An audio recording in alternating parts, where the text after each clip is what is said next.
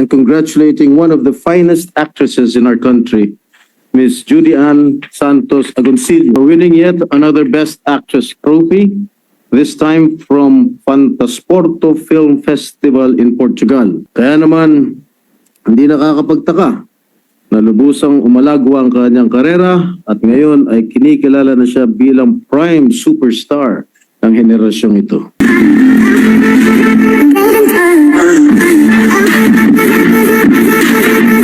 Gentlemen, from San Juan, our Senate President Pro Tempore, Senator Jinggoy Estrada. What is the pleasure of the Honorable Jinggoy Estrada, our Senate President Pro Tem? Thank you, Mr. President. I would like to deliver my omnibus sponsorship speech with regard to the adoption of our resolution that was adopted yesterday. The gentleman is recognized to make of record his manifestation with respect to PSR numbers 1320, 1336, 1337, 1351, and 1290. You may proceed, sir. Thank you, Mr. President. Since there are five resolutions that was adopted yesterday, apat yung patay, isa lang yung buhay. Unahin ko na po yung buhay. Mr. President, it is with distinct honor and joy that I sponsor Senate Resolution number 1320, commending and congratulating one of the finest actresses in our country, Miss Judy Santos Agoncillo, for winning yet another Best Actress trophy, this time from Fantasporto Film Festival in Portugal, considered as one of the leading and popular film festivals in the world. Hindi niyo po may tatanong buong pagmamalaki at pagyayabang ng inyong lingkod na si Judy ay minsan kong nakasama sa isang pelikula. Isang malaking karangalan para sa akin na makapareha ang isa sa pinakamahusay at tinitingalang artista sa telebisyon at pinilakang tabing. Noon pa man ay lubos na ang aking paghanga sa kanyang galing at professionalism bilang artista sa set at sa kanyang mabuting pakikisama at kababaang loob bilang isang tao. Kaya naman, hindi nakakapagtaka na lubusang umalagwa ang kanyang karera at ngayon ay kinikilala na siya bilang prime superstar ng henerasyong ito. Her Best Actress to win in Fantasporto, her second International Best Actress trophy, following the recognition from Cairo Film Festival in 2019 for the movie Mindanao, proves her range and versatility as an actress. Can not only make audiences cry buckets for her dramatic portrayals as a true royalty of Pinoy soap opera, or hold her own as a female lead in action sequences, including our very own tandem, but can also send chills and suspense in horror blockbusters. This is another feather in her cap and a wonderful addition to a shelf of awards that characterized her stellar career spanning 4 decades. Ano pa ba ang hindi kayang gawin ng isang Judy Santos? Top-rating TV star, box office queen, renowned chef, best-selling book author, popular content creator, film producer, successful restaurateur, television host, recording actress. Pakaswerte ng asawa nito. I am truly in awe of her long list of accomplishments and achievements.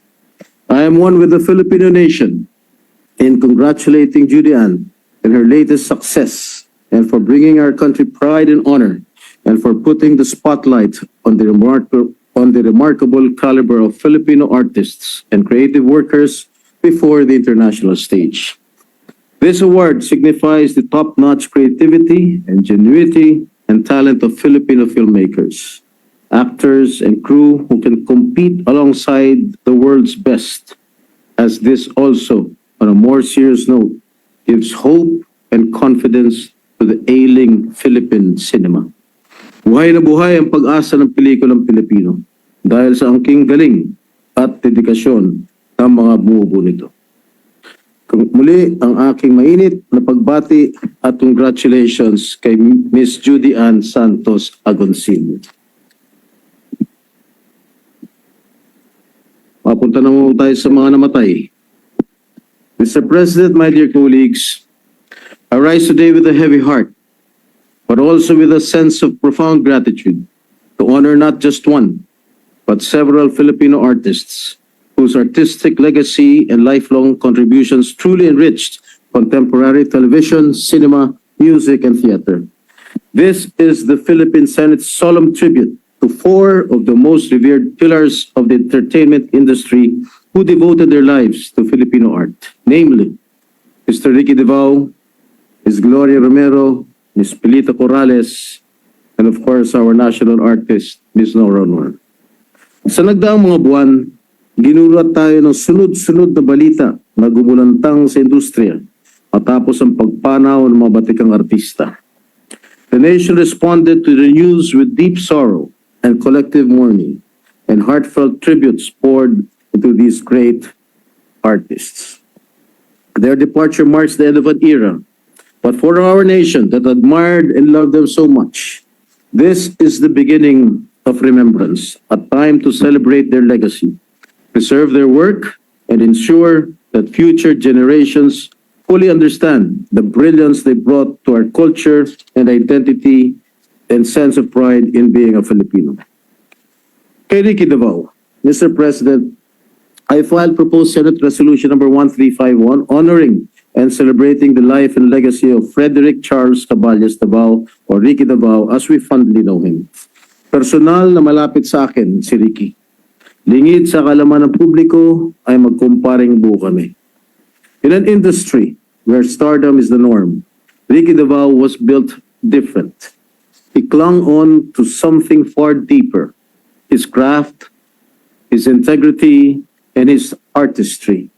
His extensive filmography across all genres, body of work, and professionalism are a testament to how much the local entertainment industry and his supporters fully embraced and admired his talent, not just as a performer, but also as a director. Napanood natin siya, hindi lamang bilang isang ama, asawa, kapatid, at kaibigan, kundi ginampanan niya rin ang hindi pangkaraniwan at komplikadong karakter sa telebisyon, pelikula, at maging sa teatro. He brought pride to the Philippines by winning the Best Actor in a Supporting Role Award at the UK International Filmmaker Film Festival in 2008 for Signos, and another Best Supporting Actor Award from the ASEAN International Film Festival in 2017 for the indie film Dayang Asu. At home, institutions like FAMAS, Gawa Durian, Cinemalaya, and others honored his versatility and dedication. Whether in teleseries or independent films, Ricky Davao was a constant presence, respected by peers, loved by fans, and admired by aspiring artists. Kinikilala natin ang isang taong humubog sa ating kalinangang pangkultura sa tahimik ngunit pambihirang paraan. Isang tao na nagturo sa atin ng tunay na kadakilaan o kasikatan ay hindi kailangan ipagsigawan. Mas mamamayagpag kung sa mas tahimik ngunit mahusay na paraan. Gloria Romero, allow this representation to also take this opportune time for this chamber to formally present the previously adopted resolution to the family of Gloria and Borrego Gallia, known to generations as the beloved Miss Gloria Romero, who was one of the final jewels from the golden age of Philippine cinema.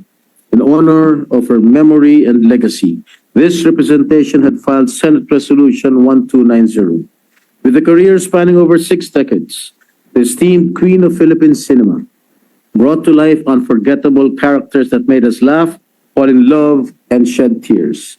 Also known as the First Lady of Philippine cinema, she starred in more than 250 movies and TV shows, and as a testament of her remarkable acting, she received numerous awards and honors throughout her career, including Best Actress or Best Supporting Actress from FAMAS, Luna Awards, Metro Manila Film Festival, Gawa Durian, Star Awards for Movies, and Gawad Tanglaw, among many others. From her early acting years in 1941 as a budding talent for Sampaguita Pictures to her memorable portrayals and product endorsements well into her senior years, she proved her deep connection with the Filipino audience and that true artistry knows no age and has no expiration. Pilita Corales. Next, Mr. President, is an icon in her own field. Senate Resolution 1336, filed by this representation, honors the grace, elegance, and distinctive style of Miss Maria del Pilar Garrido Corales. Long before we had Spotify or YouTube, to get familiarized with singers and their craft, we had Pilita Corales, whose fame extended across multiple continents. She is the one and only Asia's Queen of Songs, an enduring symbol of Filipino artistry, a true icon and a national treasure. Siya lang naman ang kauna-unang Pilipino mga awit na nanguna sa Australian pop charts noong 1959 dahil sa kanyang locally produced single na Come Closer to Me. At noong 2018, napabilang pa ang kanyang awitin sa Sounds of Australia, ang National Film and Sound Archive of Australia dahil sa cultural, historical, and aesthetical significance nito. She brought Filipino music and talent to the global stage at a time when very few had such opportunities. She performed across Asia, Europe, the United States, and the Middle East. In 1972, she etched her name in history as the first Filipino to conquer the international stage at the prestigious Tokyo Music Festival, seizing the Best Performer Award and winning over global icons like Paul Williams and Olivia Newton-John, a moment that declared that the voice of a Filipino would stand shoulder to shoulder with the world's best. She was once hailed as the greatest singer in the Philippines for her vocal prowess, unique style, and versatility, backed by a career spanning more than 6 decades that included 135 albums recorded in Filipino, English, Spanish, and even Cebuano. At talagang wala rin makakalimot sa signature back-breaking bend ni Pilita kapag kumakanta na maraming gumagaya sa entablado, sa telebisyon, at sa social media. While we already bid goodbye to her, she is most remembered as a true friend and a trailblazing icon of Filipino music for her unparalleled contributions as a singer, performer, ambassador, and mentor to our nation's successful singers. And finally, Nora Aunor. Finally, we give honor and thanks to one of the country's most beloved and decorated artists, whose fame and acting style reverberated across the country and celebrated by the world. This representation filed Senate Resolution number 1337 to honor her invaluable contribution to our nation's heritage. Ginoong Pangulo, maraming pangalan ang kinikilala ng iba't ibang henerasyon. Mga pangalan na ukit na sa ating kamalayan dahil sa natatanging kontribusyon sa kanilang larangan at sa pagbibigay ng karangalan ng ating bansa, sa ating bansa. At isa sa mga pangalan ito ay si Miss Nora Villamayor, ang aming kaibigan na kilala natin lahat bilang Nora Aunor, the one and only superstar, our national artist for film and broadcast arts. In retrospect, and for the appreciation of the newer generations, Ate Guy, or Tita Guy, was a singing champion in her hometown in Iriga City, Camarines Sur. The young girl who started selling water on trains to help support her family won in amateur contests sponsored by leading milk brands at that time, Liberty and Dairy Gold. In Manila, the 14-year-old later became the grand champion of Tawag ng Tanghalan, the country's top amateur talent show in 1967.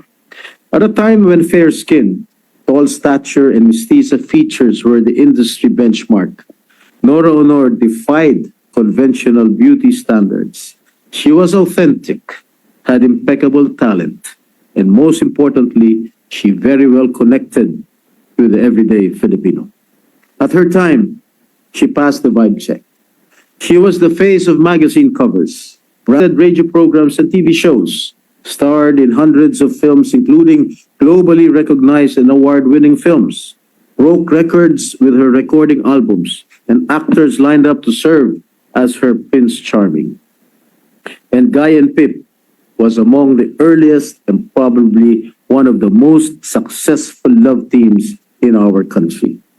Ate Guy had multiple Best Actress awards, Lifetime Achievement Awards, and several achievements from local and international award-giving bodies, including an Asian Film Award for Best Actress. Her dedication to her craft and simplicity are forever etched in the hearts and minds of Filipinos. She offered masterclass in her performances, and strongly commanded the movie scenes with her intensity, raw emotional power, and silence. Himala, Thy Womb, Bona, and the biopic The Flor Contemplacion story, among others, are not just mere films. They are milestones which brought honor and pride to our country. Her 1982 Ishmael Bernal film, Himala, is the most celebrated and critically acclaimed films in Philippine cinema history, and one of the most important Filipino films ever made, often cited for its cinematic excellence and cultural impact. Ate Guy was also the first Filipino to receive the Bisato de Oro Award for Best Actress at the 69th Venice International Film Festival in 2012 for her poignant portrayal of a midwife in the Brillante Mendoza opus Thy Womb. Nais ko rin pong ibahagi na naging on-screen partner ni Ate Guy ang aking ama sa pelikulang Bakya Muneneng noong 1971 at Erap is My Guy noong 1973. In conclusion, Mr. President, though their voices are now still, their art will continue to resonate for generations to come. Their legacy lives on in the hearts of those that they touched, the countless stories they told, and the dreams they inspired. Their talents were not just admired, they were already woven into the very fabric of our national identity. Mr. President, these resolutions are a token of the Senate's highest esteem. We immortalize their legacy for bringing honor to our nation, for being relevant and deeply respected in the entertainment industry, and for bringing inspiration and happiness to many. In closing, Mr. President, we, the members of this august chamber, extend our deepest sympathies and condolences to their families. Remember them with deep respect and admiration, and spread into the records of this hall their lasting contributions. Mabuhay ang sining, mabuhay ang alaala ng ating mga lamat. Maraming salamat po, Ginoong Pangulo.